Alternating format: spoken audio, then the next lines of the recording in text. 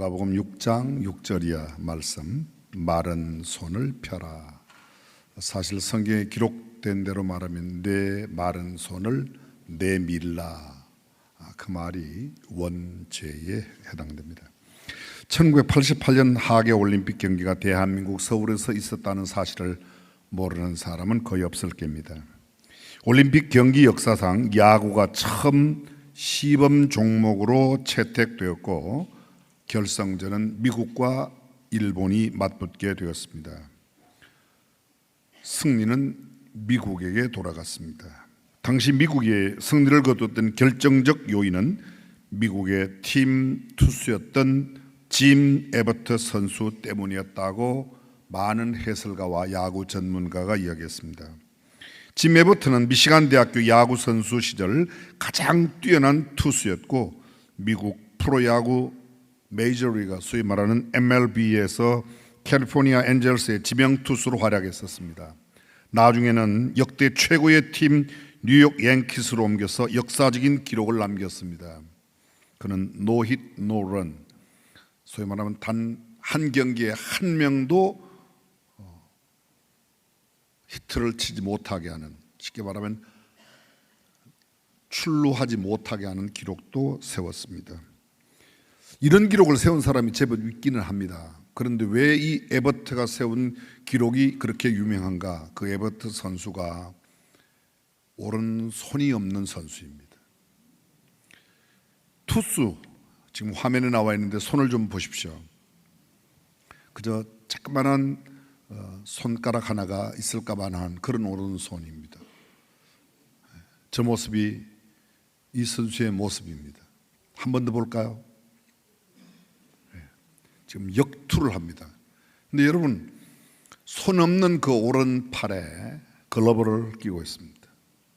이 선수가 지금 갖고 있는 이 글러브는 오른손 투수가 끼는, 왼손에 끼는 장갑이에요. 글러브예요. 근데 오른손에 이렇게 붙들고 있다가 공을 던지고 얼른 왼손에 그 장갑을 끼고 공을 잡아서 또 던지는 건 어느 손으로? 왼손으로. 이 선수가 처음 투수를 할 때 상대팀은 언제나 투수 앞으로 번트를 댑니다. 살짝 그냥 공을 보내고 일루로 달려가는데 얼마나 이 짐 에버트가 연습을 많이 했던지 그렇게 던지고 순식간에 바꾸어서 공을 잡고 던졌는데 일루에서 거의 다 잡아내니까 아예 그 이후로는 번트를 안 댔다는 그런 기록도 가지고 있습니다. 에버트의 오른손, 손이 거의 없습니다. 저런 손을 우리가 말하기를 조막손이라, 오늘 성경에 나오는 마른 손이 바로 이 손입니다. 여러분, 닉 부이치치를 아십니까? 닉 부이치치. 2010년 2월 24일, 이렇게 말하면 기억이 나죠? 그날 닉 부이치치가 우리 교회에 왔다 간 날이에요. 우리 교회에서 너무 장소가 좁아서 수원 실내체육관을 빌려서 그곳에 거의 차고 넘치도록 많은 사람이 왔습니다. 그의 간증을 들으려고. 여러분이 이미 알고 계신 대로 닉 부이치치는 양팔과, 손이 아니고 양팔과 양다리가 없습니다. 그저 몸뚱아리에 붙어있는 조그만 발가락 두 개가 그의 사지 가운데는 그 전체입니다. 테트라 아밀리아 신드롬이라고 해서 사지가 없는 몸으로 태어났습니다.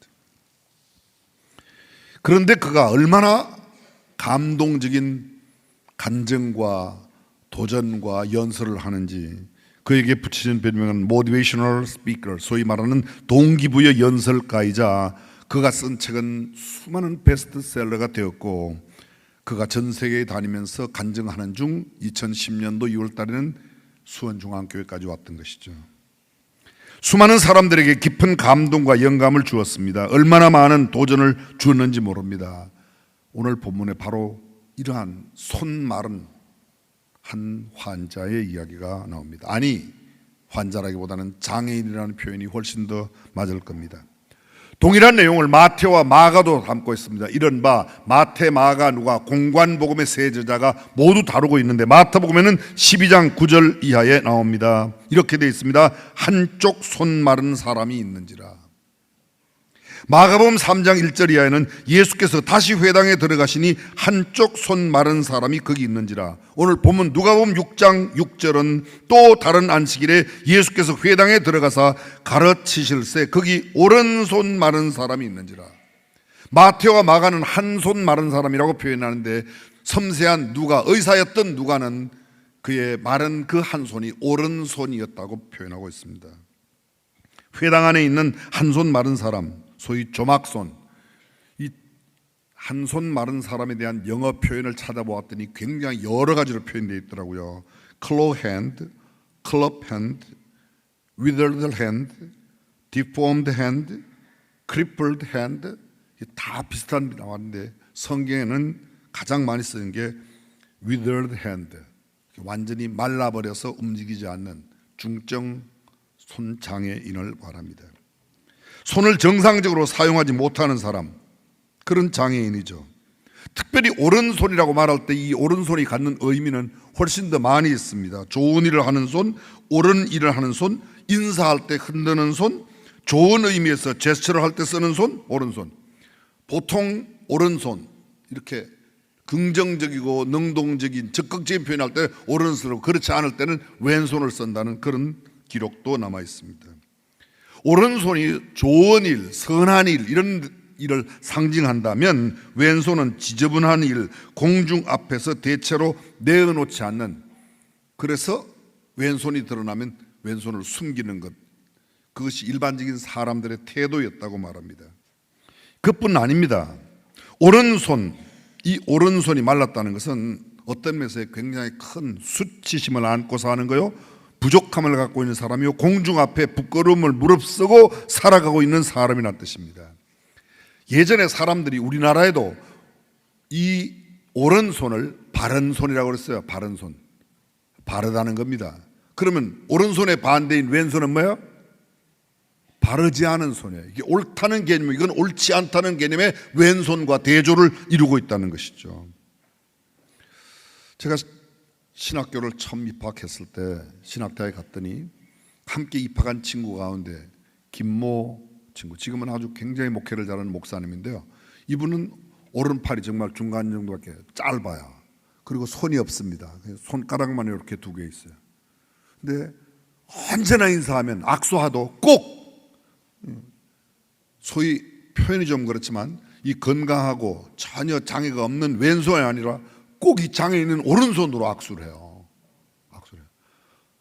헤어질 때도 인사하면 꼭 이 손으로 이렇게, 이 두 개가 있으니까 이렇게 잘 이렇게. 그는 장애를 장애로 느끼지 않고 이미 그 장애를 극복한 삶을 살아가고 있는 겁니다. 인천에서 지금 목회를 하고 계신데 너무너무 교회도 목회도 정말 아름답게 잘할 뿐만 아니라 표정이 항상 밝아요. 소위 말해 이런 걸 이겨낸 사람이죠. 인사할 때 사람들은 손으로, 악수할 때 왼손으로 하는 사람 거의 없어요. 그죠?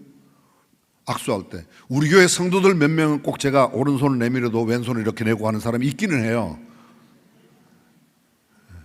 근데 거의 악수는 오른손으로 하지 왼손으로 하는 사람은 거의 없습니다. 특별한 장애를 갖거나 아니면 무거운 것을 무엇을 들었거나 그럴 때도 거의 물건을 놓고 오른손으로 이렇게 하게 되어 있습니다. 근데 여러분, 우리가 잘 알고 있지만 언제부터 우리가 장애인을 이렇게 잘 알고 대우했습니까? 사실 장애인 차별이 심하던 나라 가운데 한 나라가 우리 대한민국이었습니다. 조금 다른 생각을 갖고 있었던 우리 중앙교회는 좀 달랐습니다. 1970년대 벌써 우리 교회 내에 장애인과 함께 살아가는 공동체, 사랑의 공동체, 무지개 교실을 열었던 적이 있습니다. 우리 교회가 처음 세웠던 중앙기독학교, 중앙유치원부터 중앙초등학교, 중앙중학교, 지금 현재 고등학교까지 있는 그 학교는 모두가 다 통합교육을 하고 있습니다. 장애인과 비장애인이 한 교실 내에 함께 거하죠. 어떤 면에 오늘 내가 장애인이 아니라도 언제 장애인이 될지 모르는 예비 장애인이라는 표현이 어쩌면 맞습니다. 아니, 장애인 아닌 사람이 하나도 없습니다. 현재 대한민국, 아니 어느 나라에든지 거의 현재 장애인들은 태생적인 생태, 나면서부터 장애인으로 태어난 사람보다 중도의 장애인 된 사람이 많다는 겁니다. 그렇다면 우리도 언제 장애인이 될지 모르는 예비 장애인이에요. 아니, 그런 말을 하지 않더라도 우리도 장애인입니다. 우리 교회 윤용근 장로님 계십니다. 직접 성함을 말씀드려서 장로님은 너무 잘 이해하시기 때문에 말씀드려요. 제가 윤 장로님 만나서 처음에는 윤 장로님 안녕하세요 그러면 목사님 나 귀는 안 먹었어요. 이게 지금 제가 무슨 이야기하고 있죠? 시각장애인인 윤용근 장로님을 잘 못 대하는 장애를 갖고 있는 고명진이란 말이에요. 그분은 오히려 청각이 민감하기 때문에 작게 이야기해야 되는데 제가 그 장애인을 잘 못 대하는 장애를 갖고 있어서 소리를 지르는 거예요. 윤 장로님 안녕하세요 이렇게 하는 거예요. 우리 모두가 장애인을 잘 못 대하는, 여러분 컴퓨터 못하는 사람을 뭐라고 그래요? 컴맹이라고 그래요. 컴맹이라고 그러죠. 글을 못 읽는 사람을 문맹이라고 그래요. 그죠?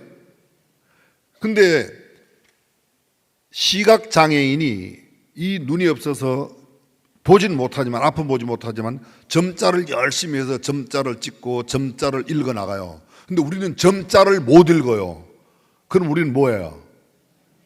전맹이죠. 전맹.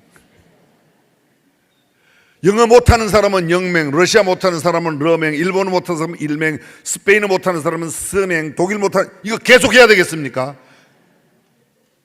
우리 모두가 다 어떤 면에서는 장애인이라는 겁니다. 장애인을 잘 못 대하는 장애인, 그걸 우리가 갖고 있는 겁니다. 오늘 본문 7절에 보면 6절에 바로 이러한 예수님께서 회당에 들어가셨을 때 손마른 장애인이 있는데, 이 손마른 장애인과 함께 대조를 이루고 있는 다른 한 집단이 있습니다. 7절, 서기관과 바리새인들이 예수를 고발할 증거를 찾으려 하여 안식일에 병을 고치시는가 엿보니. 우리가 잘 알고 있습니다. 서기관, 말씀을 연구하는, 말씀을 기록하는, 말씀을 공부하고 말씀을 가르치는 사람입니다. 요새로 말하면 신학대학원의 교수라고 그럴까요? 바리새파 사람들, 당시에 유대에 있었던 가장 중요한 당파 가운데, 파당 가운데 바리새파, 사두개파, 에세네파가 있었습니다. 바리새파, 이 페르세스라는 말의 뜻이 뭔가 하면 너하고 우리는 달라, 우리는 이렇게 구별되었어, 너네처럼 안 살아, 우리는 말도 다르게 하고 행동도 좀 구별되게 해. 영어로 말하면 separatist, 분리주의. 우리는 너네처럼 그렇게 함부로 살지 않아, 우리는 거룩하게 구별되게 산다. 그 사람들이 바리새인입니다. 율법을 제일 잘 지키는 사람이 바리새파 사람들입니다. 그런데 소위 말하는 율법을 연구하고 공부하고 해석하는 그 사람, 그 말씀을 가르치는 그 사람, 가장 말씀대로 잘 사는 서기관과 바리새파 사람들은 예수님을 시험하려고, 예수님을 고발할 증거로, 다른 데는 예수님을 시험하려고, 다른 성경이 이렇게 돼 있어요. 예수님을 죽이려고.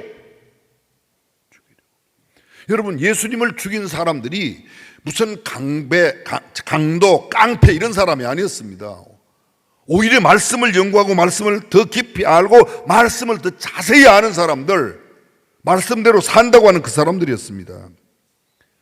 그들은 한 회당에 있는 손마른 장애인에 대한 배려나 사랑이나 동정이나 이해, 긍휼의 마음, 그를 도우려고 하는 마음은 눈꽃만큼도 찾을 수가 없습니다. 어떻게 하면 예수 그리스도를 죽이려고 하는 아주 음흉한 생각을 가지고 있습니다. 이 본문 직전에 나오는 말씀이 뭔가 하면 누가복음 6장 1절에서 5절까지, 6절이 오늘 본문 시작인데요, 1절에서 5절까지 그날 안식일날 예수님께서 제자들과 함께 밀밭 사이로 지나는데 제자들이 시장하니까 밀 이삭을 잘라서 손으로 비벼 먹었습니다. 근데 서기관과 바리새인들이 예수님께 시비를 걸어요. 당신의 제자들이 안식일에 하지 못할 일을 했습니다. 이삭을 끊었으니 추수하는 일을 했고 그 이삭을 비볐으니 방아 찢는 일을 했다는 거예요. 안식일은 일을 못하게 되어 있는데 왜 안식일에 일을 했냐? 여러분 생각해 보세요. 안식일입니다. 안식일에 서기관과 바리새인들이 해야 되는 일이 뭐예요? 우리 너무도 잘 알고 있어요. 그런데 그 사람들, 예수님과 예수님의 제자들을 따라다니면서 뭔 율법을 어기는가만 살피려고 밀밭 사이로 지나가는 예수님과 제자들의 뒤를 졸졸 따라가면서 어쩌면 밀밭 사이에 숨어서 봤는지도 몰라요. 이게 어울리는 일이에요? 이게? 전혀 어울리지 않습니다. 오늘 성경 본문에 나오는 서기관과 바리새인 최고의 존경의 대상입니다. 당대 가장 존경받는 사람 서기관들이었어요. 가장 인정받는 사람 바리새파 사람들이었습니다. 그들이 그 자리를 유지하기 위해서, 그 신분을 갖기 위해서 어려서부터 얼마나 많은 말씀을 배우고 연구하고 공부하고 그 말씀대로 사는 습관을 익혀왔겠습니까? 헤아릴 수 없는 노력과 헌신, 땀과 정성을 다하여 지금 그런 자리에 와 있습니다. 그런데 그렇게 살아온 그들이 지금 이제 살아가고 있는 모습은 예수를 시험하려고, 예수를 고발하려고, 예수를 모함하고 예수님을 죽이려 하고 있다는 거예요. 이 사람들은 사람들에게 어떻게 인정받느냐가 훨씬 더 중요해요. 하나님이 나를 어떻게 보느냐, 예수님이 나를 어떻게 보느냐에 관심이 없는 사람들입니다. 그래서 그들의 삶을 성경은 이렇게 말합니다. 외식하는 서기관들과 바리새인들이라고. 그리고 그 앞에 붙였어요. 뭐라고요? 화 있을진저. 상 받을지언자. 뭐 이렇게 말해야 되는데 상 받을 자 서기관과 바리새인이 아니고 화 받을 자 서기관과 바리새인이라고 말하고 있는 겁니다. 그들의 내면과 외형이 전혀 다릅니다. 외적으로는 말씀을 제일 많이 연구하고 말씀의 옷으로 그냥 도배라, 말씀으로 옷을 도배한 그런 상태로 살아갑니다. 그런데 당대에 나타났던 30살 청년 예수가 그들을 향하여 잘못되었다고, 외식하는 서기관과 바리새인이라고 그렇게 외치는 겁니다. 그들은 그 자리에까지 끝없는 경쟁의식과 비교의식 속에 남들보다 나는 괜찮다고는 우월감에 빠져 살았는지도 모르겠습니다. 그 성공과 그 명성을 얻기 위해서 그들은 그 목표 중심으로 성공지상주의로 살아왔을는지 모르겠습니다. 그리고 그렇게 살지 못하는 사람들을 비판하고 조롱하고 비웃고 욕했을는지도 모르겠습니다. 현대판 서기관 바리새인들이 교회 안에 많습니다. 내가 남들보다 조금 더 교회 열심히 있으니까, 헌금을 조금 더 내니까, 그러니까 다른 그렇지 않은 사람들을 가볍게 보고 무시한다면 그거야말로 현대판 바리새인 서기관이 아니겠습니까? 외형은 그 누구보다 잘 갖추고 있는데 내 안은 전혀 그렇지 않은 모습. 저 유명한 고든 맥도날드 목사님이 쓴 책 가운데 이런 책이 있습니다. 내면 세계의 질서와 영적 성장이라는 책에 이런 외면은 강조하는데 내적으로 갖춰져 있지 않은 사람을 표현하기를 driven people, 소위 말하면 쫓겨다니는 사람이라고 표현했습니다. 내 외형으로 사람들이 나를 어떻게 보는가, 그것에 쫓겨서 늘 그것만 신경 쓰는 겁니다. 내 내면이 얼마나 하나님 앞에 진솔하고 성결하고 정결하고 깨끗한가에 대한 관심보다 사람들의 눈만 의식하며 거기에 몰두해서 살아가는 사람들. 사람은 어차피 두 개의 세계를 동시에 살고, 내 내면의 세계와 외적 세계입니다. 그래서 사람들의 눈치를 얼마나 많이 보는지 모릅니다. 겉으로 보기에 아주 완벽하게 보이는 사람들이 있습니다. 성공적인 인물로 인정받습니다. 삶이 계속 그렇게 정말 남들에게 인정받는데 그것이 나를 몰아가고 있습니다. 거기에 너무 집중하도록 합니다. 소위 말하는 블랙싱커처럼, 이 싱크홀처럼 아주 검은 싱크홀, 모든 것을 다 빨아들이는, 내 모든 생각도 행동도 하나하나가 그곳에만 맞추어져 있는 겁니다. 주님이 나를 어떻게 보시느냐에 대해서는 그렇게 관심이 없이 살아가는 사람들 말입니다. 그 사람들이 서기관 바리새인들이냐. 자, 성경을 다시 한번 가십시오.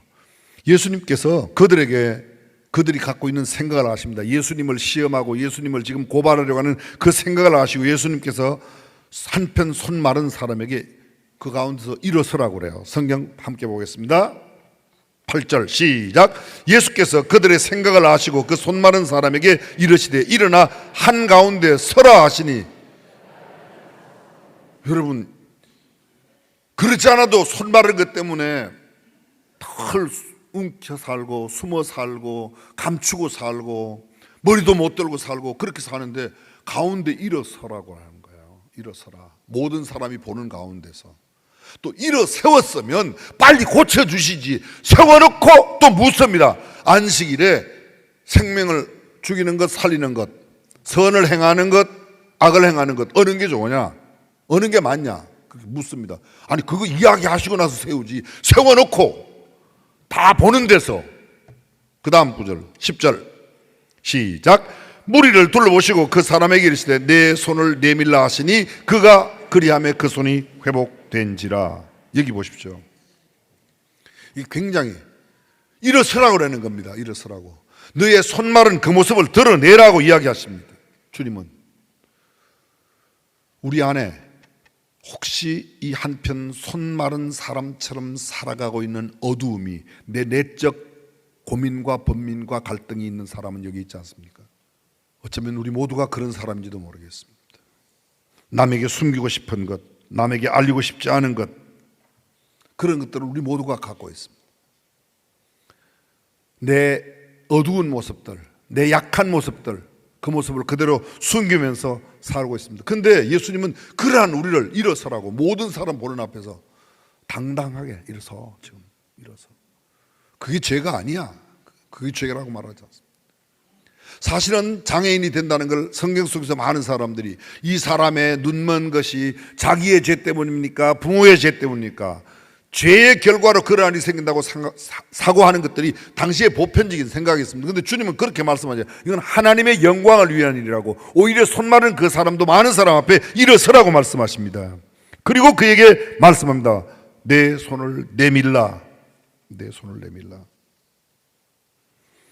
그 손을 내밀자마자 오른손이 완전히 치유가 되고 자유하게 되었던 겁니다. 사랑하는 성도 여러분, 저와 여러분들이 움켜쥐고 있는, 숨기고 있는 그 약점과 그것을 담대하게 주님 앞에 내밀 때 치유가 일어날 줄로 믿습니다. 여기 주님이 내밀라고 말씀하시는 말씀에 내민다는 것을 우리식으로 표현하면 말씀에 대한 응답, 주님의 명령에 대한 우리의 반응, 우리의 기도, 우리가 그렇게 직접 하는 것입니다. 예수님의 말씀을 받아들이고 자신의 마른 손을 내어 밀었습니다. 예수님을 정말 신뢰하지 못했다면 그렇게 못했을 겁니다. 그리고 이거 내밀어도 되나? 그동안 숨겨왔는데 내밀었더니 이게 펴지는 거 아니에요. 이게 믿음의 행동입니다. 우리에게 항상 하나님의 은혜가 있습니다. 은혜가 없는 적은 없습니다. 은혜 없는 곳도 없습니다. 문제는 내가 그 믿음으로 주님의 말씀에 내가 반응하지 않기 때문에, 믿음의 행동을 옮기지 않기 때문에 기적을 체험하지 못하는 겁니다. 혹시 부끄러워 숨기고 싶은 것, 남들에게 드러내기 창피한 것이 있지 않은지 모르겠습니다. 심지어 내 아내에게도, 그 누구에게도 알리고 싶지 않은 그런 약한 부분이 있는지, 내 열등감, 그 누구에게도 보이고 싶지 않은 열등감, 그러나 그것을 주님 앞에 내어 밀면 주님은 반드시 해결해 주실 줄로 믿습니다. 아무에게도 알려지기 싫어하는 것들, 부끄러워 정말 창피하게 살아왔던 그 모든, 안타까운 그 마음으로 살아왔던 그 모든 그 어떤 것이라도 주님 앞에 내어놓으면 더 이상 숨기지 말고 여러 사람 앞에 일어나, 나는 주님을 믿습니다. 주님이 나를 말씀에, 주님 내게 말씀하시는 그 말씀대로 내어밀면, 나의 약한 모습 그대로, 내 추한 모습 그대로, 내 말라져 있는 병든 모습 그대로, 장애되어 있는 그 부분, 그 모습 그대로, 내가 남들에게 많이 하지 못했던 것, 베풀지 못하고 섬기지 못하고 기도하지 못하고 믿음으로 살지 못했던 그 모습을 주님 앞에 내어놓고 주께 맡기면 주님은 반드시 치유하여 주실 줄로 믿습니다. 그렇습니다. 그것이 오늘 본문을 통해서 우리가 얻어야 할 가장 중요한 교훈입니다. 오늘 여기에 왜 나오셨습니까? 주일이라서 예배 안 드리면 찝찝하니까 그래서 나오셨습니까? 주님의 말씀에 응답하라. 내 마른 손, 내 마른 마음, 내 마른 내 신앙을 주님 앞에 내어놓고 주님의 은혜로 치유받고 새롭게 되고 공급하시는 하나님의 능력을 받아가는 저와 여러분들이 되시기를 주님의 이름으로 축원합니다.